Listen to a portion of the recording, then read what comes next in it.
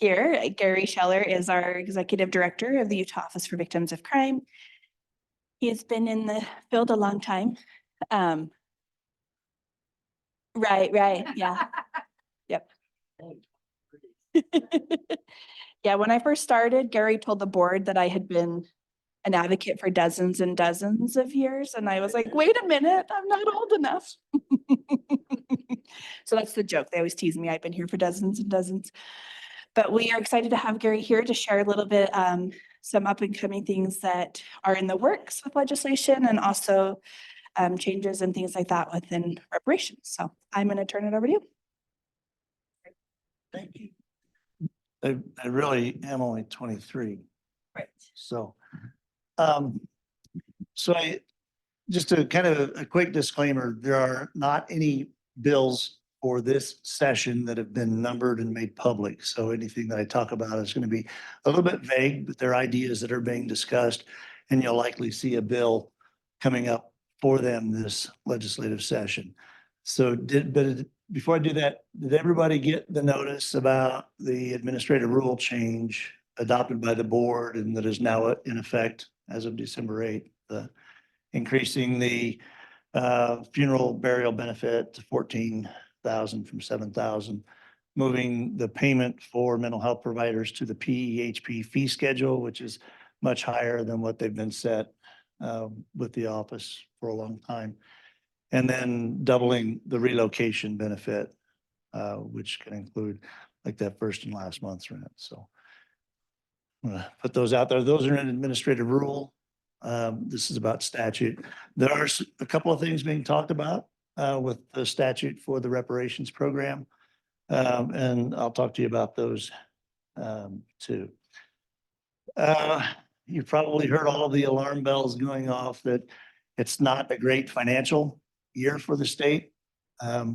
Last year was an all-time record high for victims, crime victims in the state as far as victim services. The monumental amount of state funding that was made available. Just for those who may not be aware, for example, for sexual assault or rape, sexual assault victims, the state was paying like $295,000 in state funds to help coordinate the hospital response teams. That was the extent of funding made available. And so now we're getting 3.2 million a year ongoing, specific to sexual assault services, and a little more than that one time over 3 years as well. So overall, for all victim services, we had $12 million ongoing every year, and then 12.5 million that was one time over 3 years. So last year was a big year for money, for funding. Don't be disappointed if you don't see that again this year. I'm telling you now, you won't. We don't really have anything moving as far as getting more funding specifically for victim services. But you will likely see a bill coming around, kind of stemmed by the Violence Against Women Act. There's a couple of provisions where they entice states to take some action in the area of stopping violence against women. And so there's some additional financial incentives for the state to do a couple of things, and we're moving towards those. One is enhancing sexual assault survivors' rights in the state around the amount of time forensic evidence is to be held, notification of the victim before it's to be destroyed, and those kinds of things. We already have those in our state statute, but when we had the feds take a look, they couldn't necessarily find everything. So there'll be some reorganization and clarification in that realm so that we can apply for some of the additional money through VAWA under that guideline.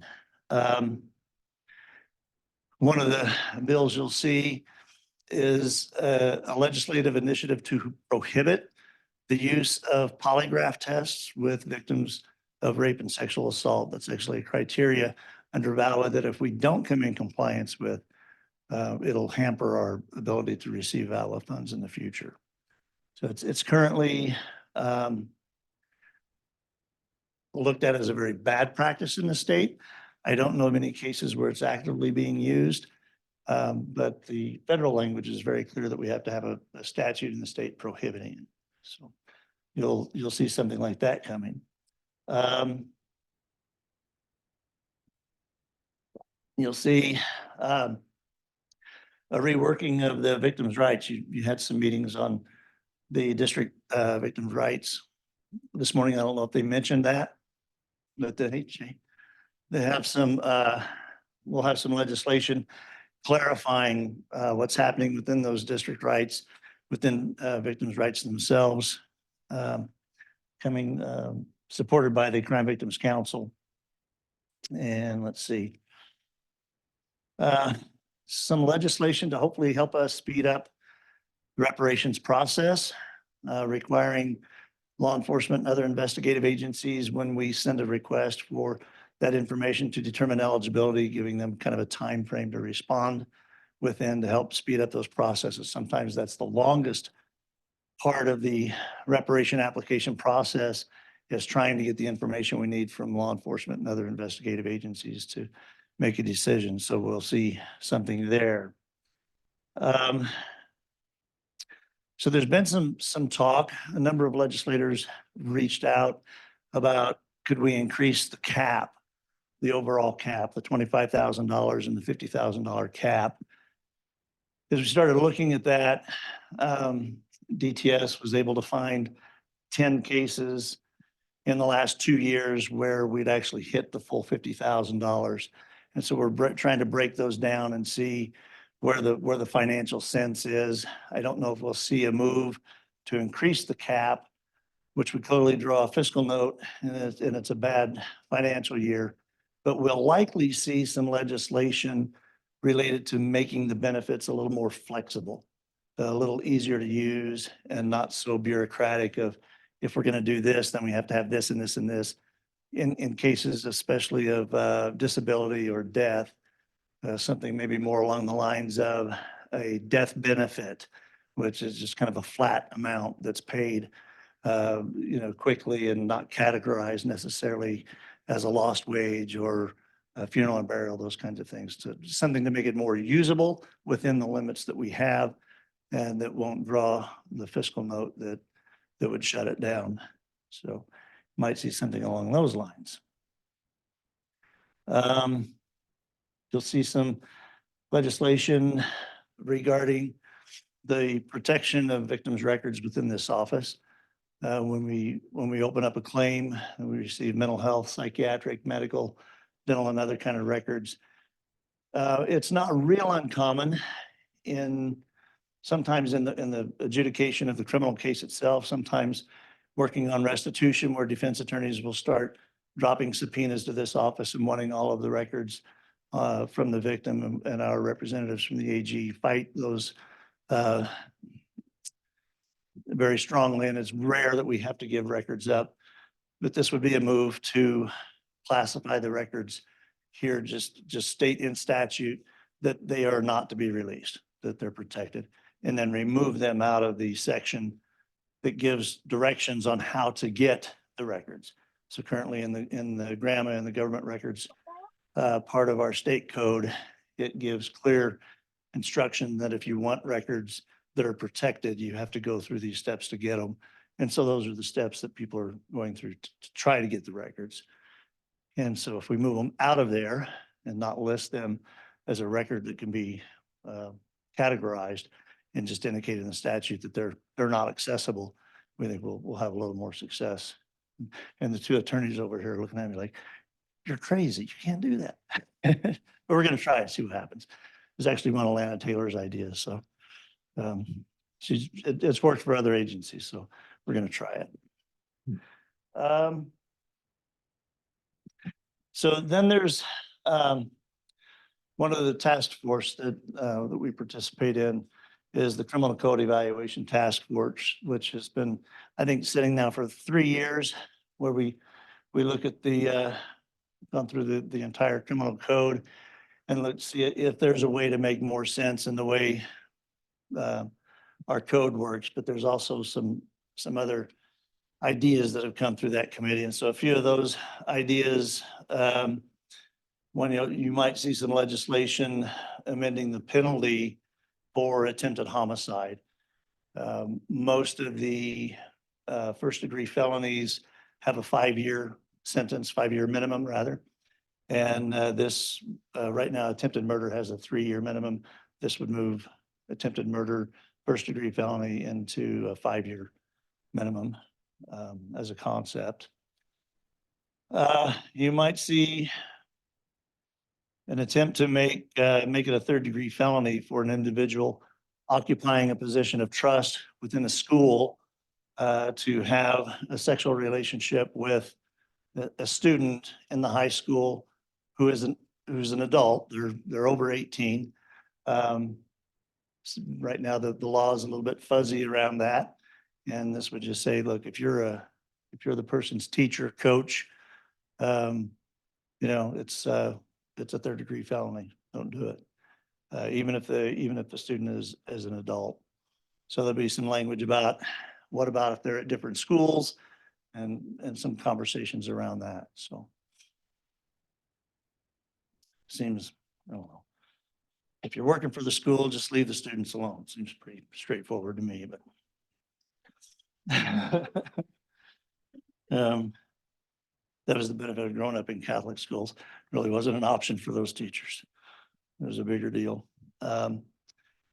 Let's see, the pantsing law that you're going to see something about makes it a crime to remove an individual's clothing against their will. Seems like a no-brainer to me, and probably should have been codified a long time ago. But I think what they're really trying to get at are some of the pantsing scenarios. So probably a pretty positive thing to send that clear message that leave people alone. Pretty good idea. A couple of appellate cases in 2023 that the court reached out and said, let's get some clarification and define a little better in some of the sex offenses. I mean, it is 2020, well, it will be 2024. Maybe it's time for the state of Utah to actually define what sexual intercourse means. Not to be too sarcastic, but that we'll see something along those lines this year and be helpful. There'll be a bill to extend the sunset on the Domestic Violence Task Force. Most task forces, commissions, councils, they have what's called a sunset review, where periodically they have to have a legislative review to see if they're still doing things to stay in business, or can we get rid of them? So that's kind of standard. More on domestic violence, adding propelling a bodily substance or material to the list of things you can't do in a domestic violence fight, and not have it be charged as a domestic violence crime. Probably a decent idea. And then the school threat penalty amendments. You know, there's now the school safety task force that's been out there, and probably some legislation that will demand or require the suspension of a student from the school, or the swatting or the false reports and those things calling in. Significant amount of discussion with the interim session this year in the law enforcement criminal justice subcommittees on that. The DUI testing amendments, a bill to require the test of blood or urine samples in the DUI investigations. I'm not real sure what the initiative is on that. The sex offender registry amendments. It's a concept to combine the kidnapping registry and the sex offender registry.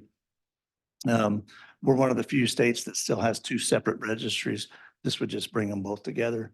There shouldn't be anything substantial about who has to register or anything in there. It would just take those two registries and make them one.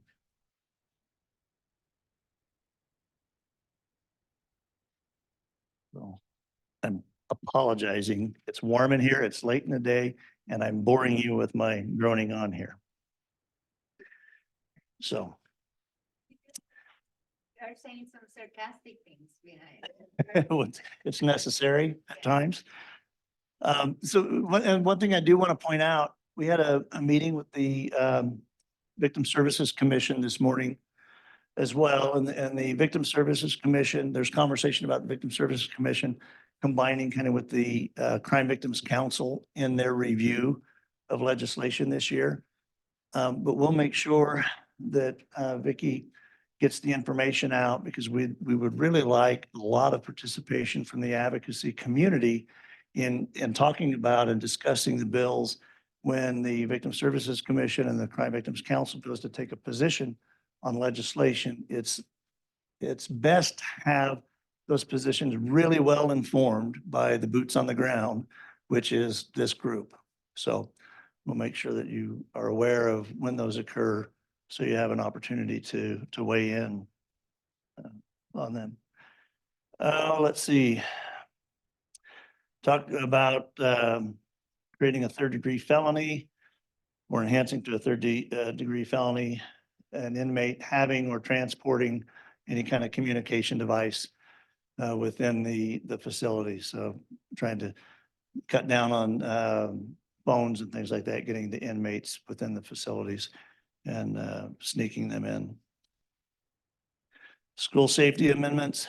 This one might draw a little bit of controversy, or will likely draw. I mean, it's bringing in the gun issue. It requires public and private schools to have at least one of the 4 armed security personnel. And that's either the school resource officer or school safety and security officer. I'm not sure what that is. Or an in-house law enforcement officer hired by the school to do that. So you'll probably hear a lot of debate on that. Enhanced penalty for possessing a firearm while dealing drugs.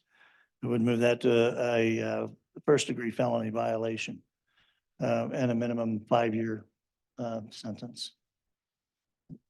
So that will be interesting to watch for. Sexual harassment in the workplace. This is it's a really interesting idea. So a lot of organizations require professionals working for them to sign a non-disclosure agreement saying that if you leave that organization, you can't talk about bad things that happen there. You can't disparage the organization or people that are there.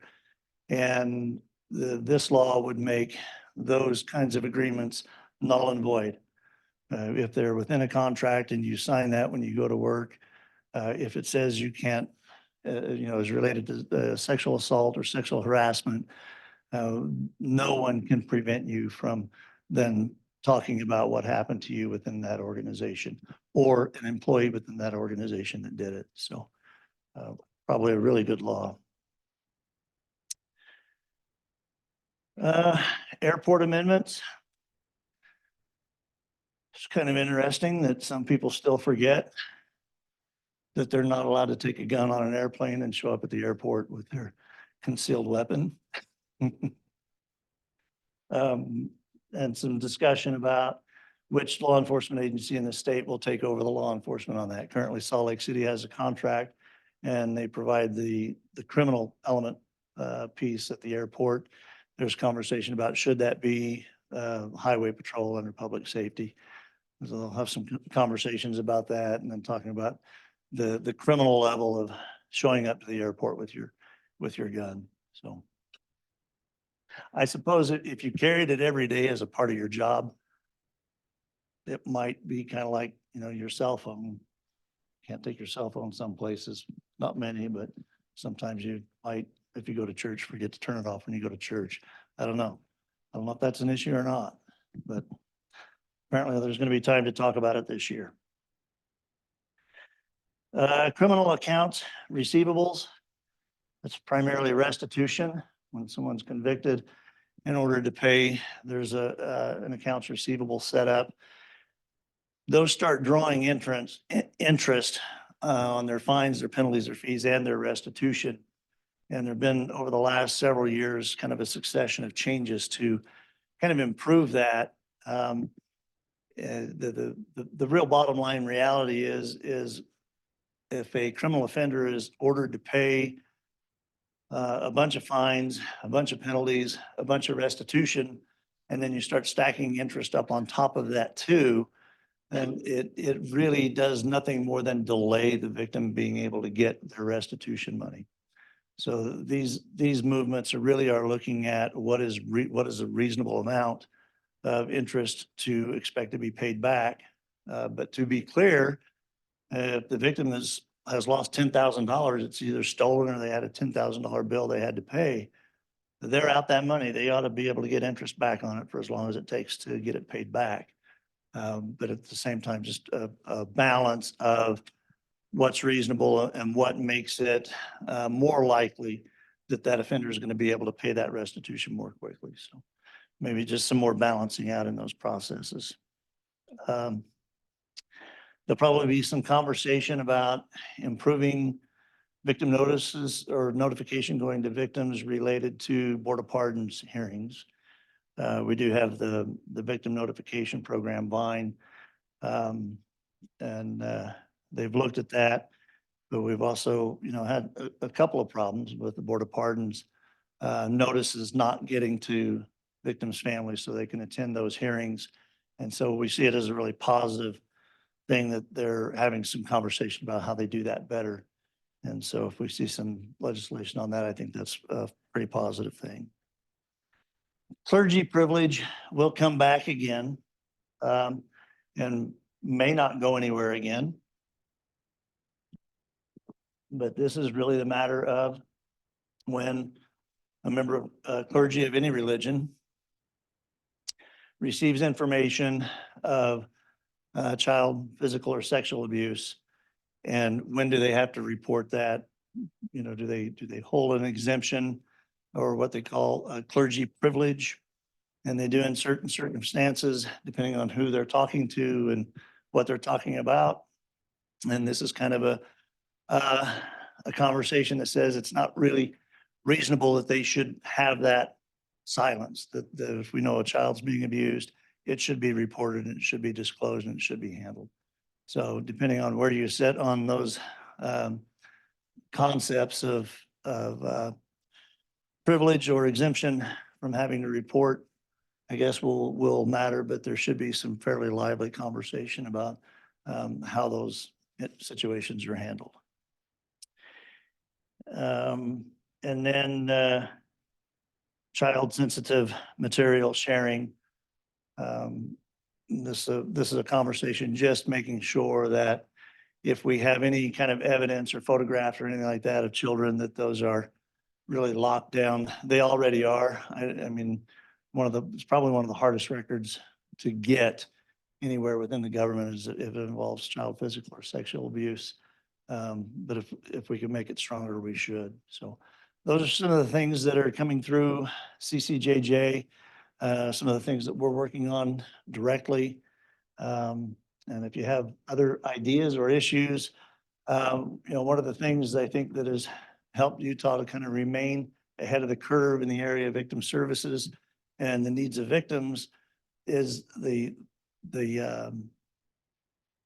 process or the establishment of the victim services community and bringing up those issues that occur in your communities and have a conversation about what happened and an opportunity to take a look at it and then communicate through not only the CCJJ Commission, but also the Victims Council and now the Victim Services Commission to bring forth some legislation to try to remedy those. So if you see things happening on the ground, then, by all means, let's be talking about them and talking about solutions to them. So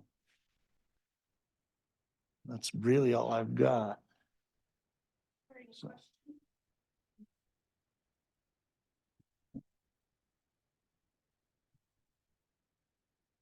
All right. Yeah. All right. Done. I'm out of here.